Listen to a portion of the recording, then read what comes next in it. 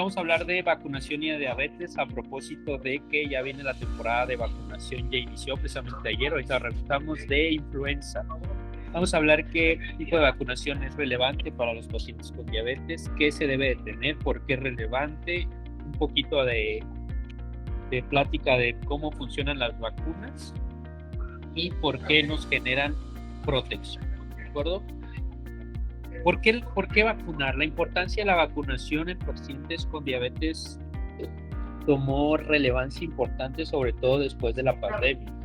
¿Por qué? Porque empezaron a haber casos en los cuales había una combinación de influenza con COVID-19. Ambos virus tienen la capacidad de afectar a los pulmones y al ambiente de vías respiratorias, y de verdad aumentan mucho el riesgo de complicaciones intrahospitalarias y mortalidad.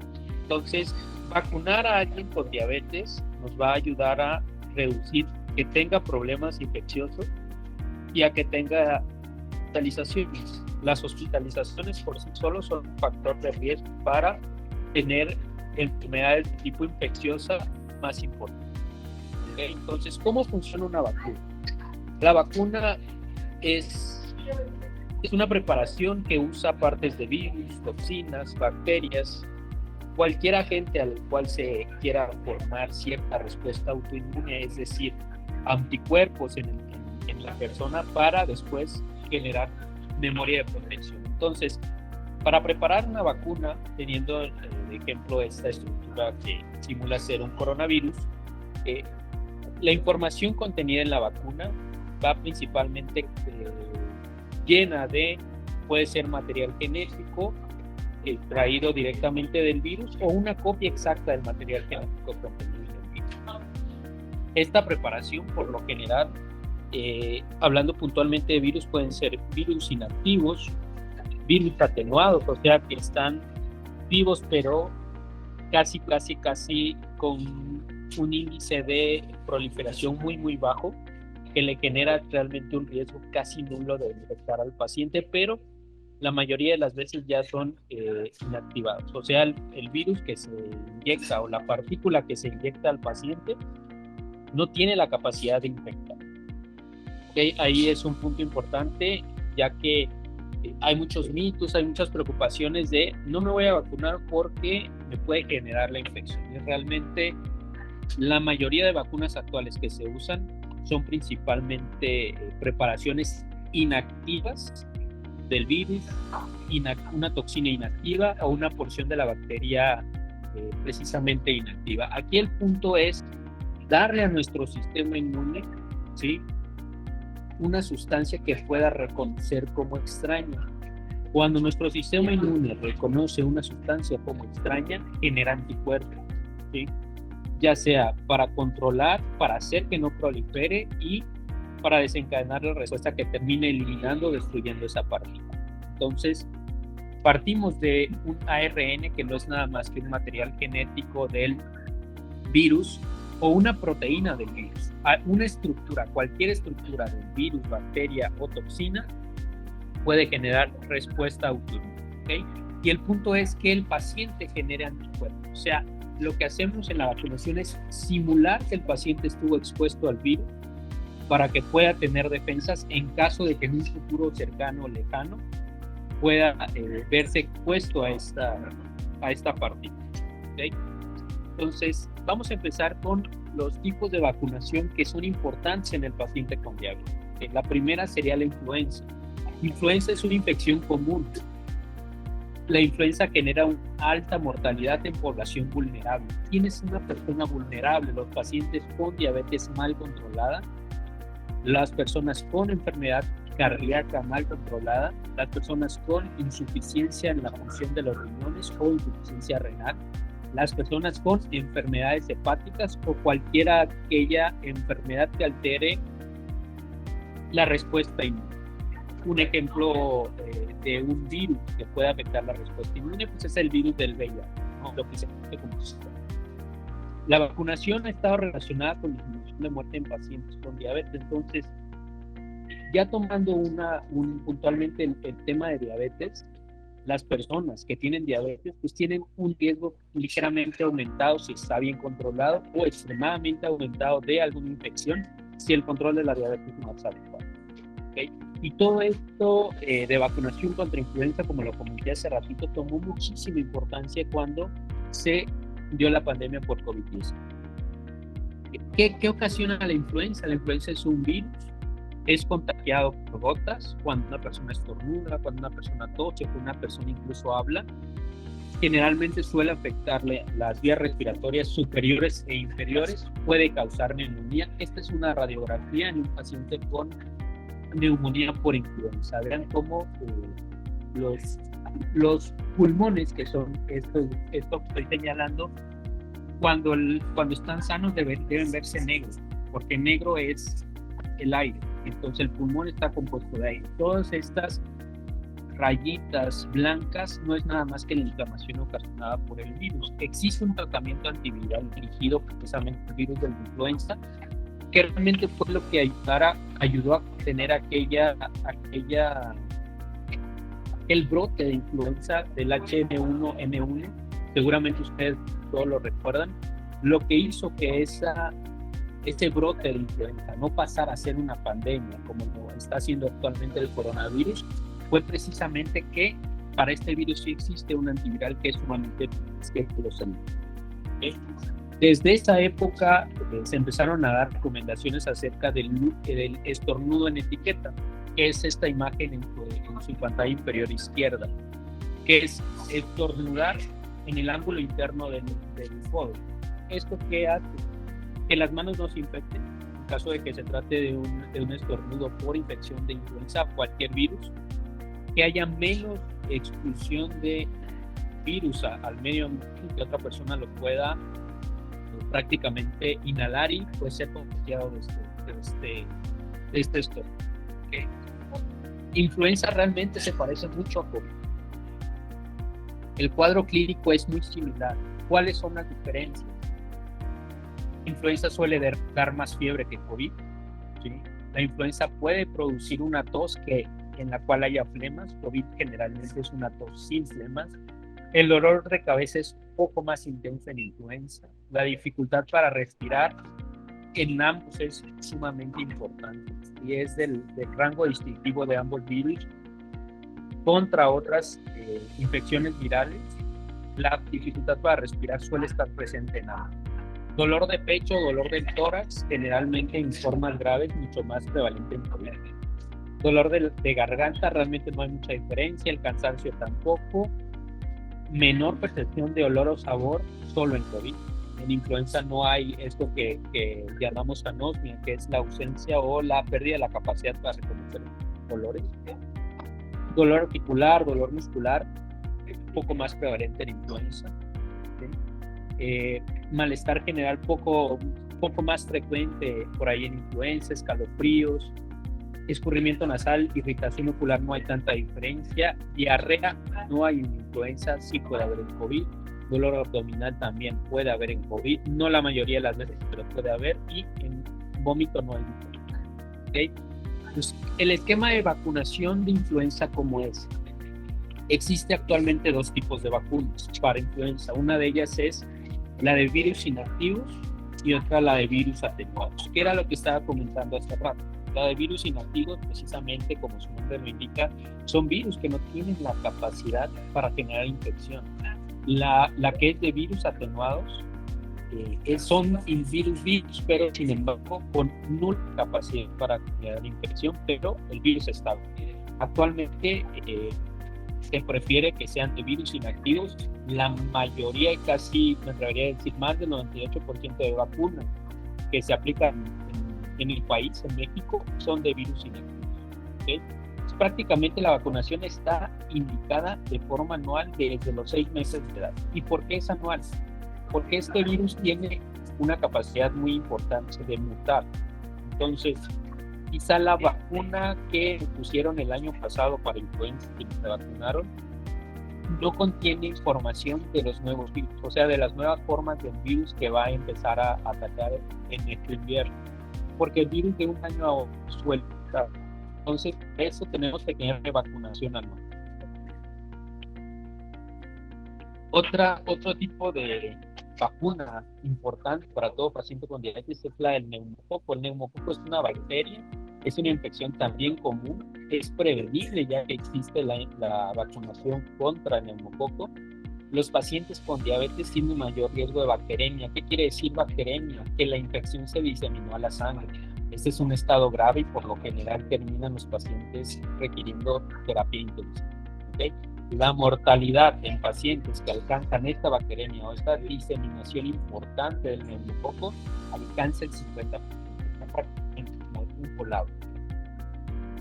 ¿Cómo es el esquema de vacunación? Existen también dos tipos de vacuna, la que se llama 23 valente, que contiene, como su nombre lo indica, 23 subtipos de neumococo, y la 13 valente, que contiene, como su nombre lo indica, 13 subtipos de neumococo.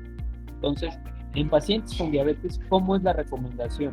Que si tienes de 19 a 64 años, te toca una aplicación de una sola dosis de la de 23 serotipos. Si tienes más de 65 años, te toca revacunación, una segunda dosis, pero debe de tener una diferencia de al menos 5 años de la primera dosis. Contraindicado ponerse la segunda dosis en menos de 3 años de la primera. La de 13 valente o la de 13 serotipos por lo general no es recomendada en personas que tienen más de 65 años. ¿Por qué? Porque no cubre todos los serotipos. Serotipos me refiero al tipo de bacteria, tipo de neumococo, ¿sí? Entonces, esos 13 no son los 23 que ofrece la otra vacuna, y esto te va a generar que las personas de mayores de 65 años no tengan una cobertura completa del tipo de bacterias que generalmente predominan en el cerebro. Entonces, en personas mayores de 65 años se prefiere sobre todo la 23 valente. Actualmente en México existen las dos, pero siempre se prefiere aplicar la 23 valente, que es la Neumovac. ¿Qué ocasiona el neumococo? Es una bacteria, se llama Streptococcus pneumoniae. Se contagia al igual que influenza por gotas, por un estornudo, por toser o por hablar. Ocasiona una infección de vías respiratorias, pero también puede ocasionar un cuadro llamado meningitis. Meningitis es una infección del sistema nervioso central. Las meninges es una capa o la cobertura del cerebro. Entonces puede ocasionar cuadros graves, cuadros severos que ocasionen hospitalizaciones, y es sobre todo una bacteria que no debería estar ocasionando internamientos, porque ya hace algunos años la vacuna de 23 valente existe y es sumamente eficaz para la prevención de la infección de este tipo de bacterias.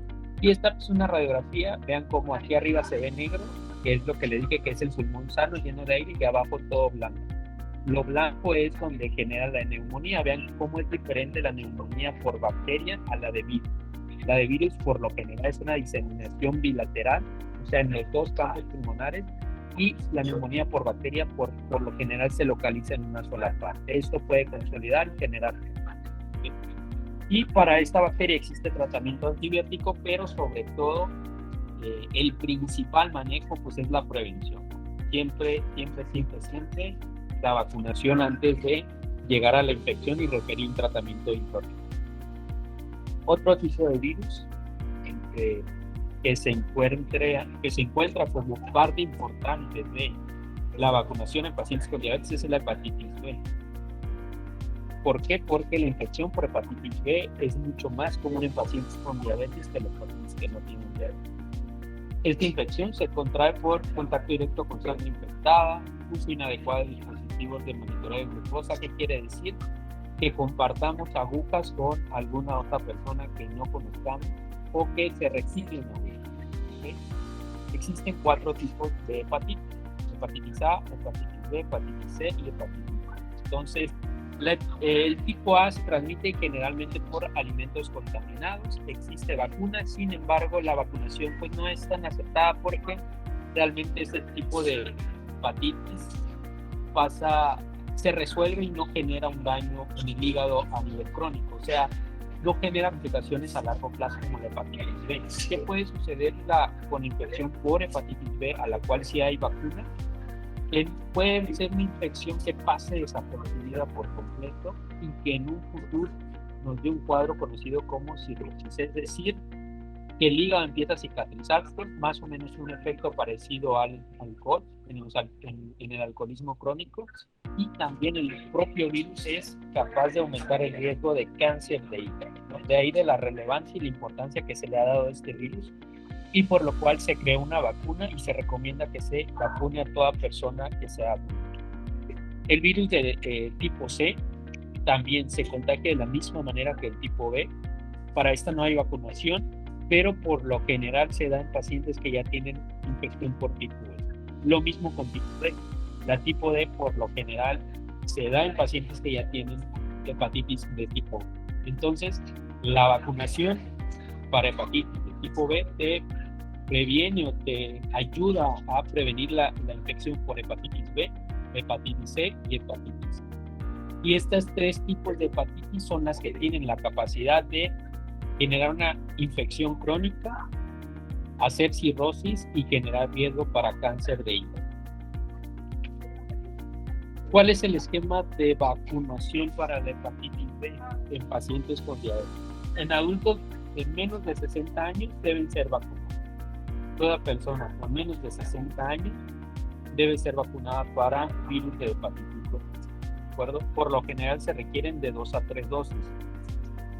Existen diferentes esquemas. Por lo general, el más aceptado es la vacunación con hepatitis B, vacunar al mes y vacunar a los 6 meses. Ese es el esquema más aceptado, pero hay esquemas de 2 dosis que han demostrado ser igual de eficaces.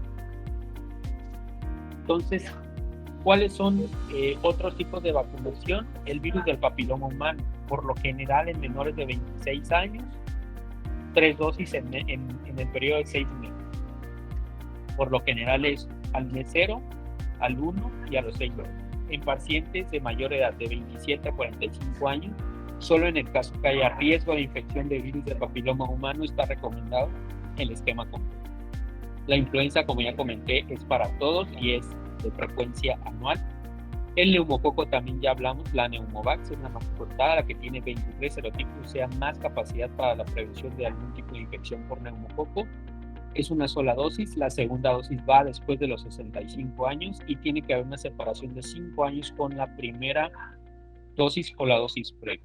Otro tipo de vacunación recomendada para pacientes con diabetes es la que contiene tétanos, difteria y pertussis. Pertussis es ocasionado por una bacteria que ocasiona una toxina que genera muchísima inflamación en vías respiratorias, que puede mantener complicado al paciente y también hacer que requiera atención intrahospitalaria. La recomendación es para todos los adultos y es cada 10 años. Y en embarazadas, sobre todo, debe hacerse una revacunación antes de que pasen los 10 años. Y por último, la vacunación contra el virus de zóster está recomendado a todo paciente de más de 50 años, ya que a partir de esta edad hay un aumento en el riesgo de padecer infección por virus zóster. El virus zóster es el mismo que ocasiona la varicela y que generalmente le da a pacientes con problemas de autoinmunidad, problemas de inmunidad, es decir, personas que tengan problemas para generar anticuerpos que no estén bien en el estado, o aquel tipo de personas vulnerables que comenté hace un momento, incluyendo pacientes con diabetes mal controlados, enfermedades del riñón, enfermedades del hígado, enfermedades cardiovasculares mal compensadas o mal controladas. Por lo general, 2 dosis suelen ser muy suficientes. Entonces, creo que lo más importante de la plática, yo me doy por bien servido si esta plática les sirve para vacunarse contra influenza, que es ampliamente recomendable, sobre todo porque aún hay casos de COVID y en una infección por ambos virus es prácticamente mortal. Además que tener una infección por influenza hace que tengas más riesgo de tener una infección por COVID y viceversa. La campaña de vacunación inició el día de ayer. Ya a partir del día de ayer, en la mayoría de centros del país de primer nivel de atención está vacunando. La temporada dura de influenza empieza desde la semana 40 del 2021 hasta la semana 20 del 2022 y el pico máximo de infección es en enero y febrero. Por eso la vacunación empieza a partir de prácticamente dos meses antes de que empiece a haber los casos de influenza. Actualmente, este año, tuvimos un poco menos de casos de influenza de lo que habitual tenemos, y todo tiene que ver con el aumento del uso de cubrebocas, el aumento del lavado de manos y el aumento de mejores medidas de higiene en todos los lugares públicos. Entonces, aún así no podemos eximirnos de tener la vacunación adecuada para estar protegidos de este virus que realmente puede ocasionar problemas sobre todo enero y febrero. Entonces, como conclusión, son tres situaciones importantes que se deben llevar. Es que la vacunación como tal reduce el riesgo de infectarse, de ser hospitalizado y prácticamente de morir por una infección, puntualmente hablando de neumococo e influenza. Fuera de la reacción alérgica al componente de la vacuna en una vacuna previa, no hay ninguna contraindicación para la aplicación de la vacuna. Por lo general, le digo, aquí en México aplicamos la de virus inactivos en caso de influenza y la de 23 valente de neumococo, lo que genera que realmente no haya casi ninguna contraindicación para la aplicación de la vacuna. Y podríamos decir entonces que la vacunación es prácticamente una rama o una parte del tratamiento integral para pacientes con diabetes. Porque el punto esencial del tratamiento con diabetes es tener prácticamente todas las áreas cubiertas, ¿no? Estar protegido de eventos cardiovasculares de tipo infarto, estar protegido de complicaciones a largo plazo de la diabetes y estar protegido también de un mayor aumento en el riesgo de infecciones que por lo general existe en este tipo de pacientes con diabetes mellitus tipo 2. ¿De acuerdo?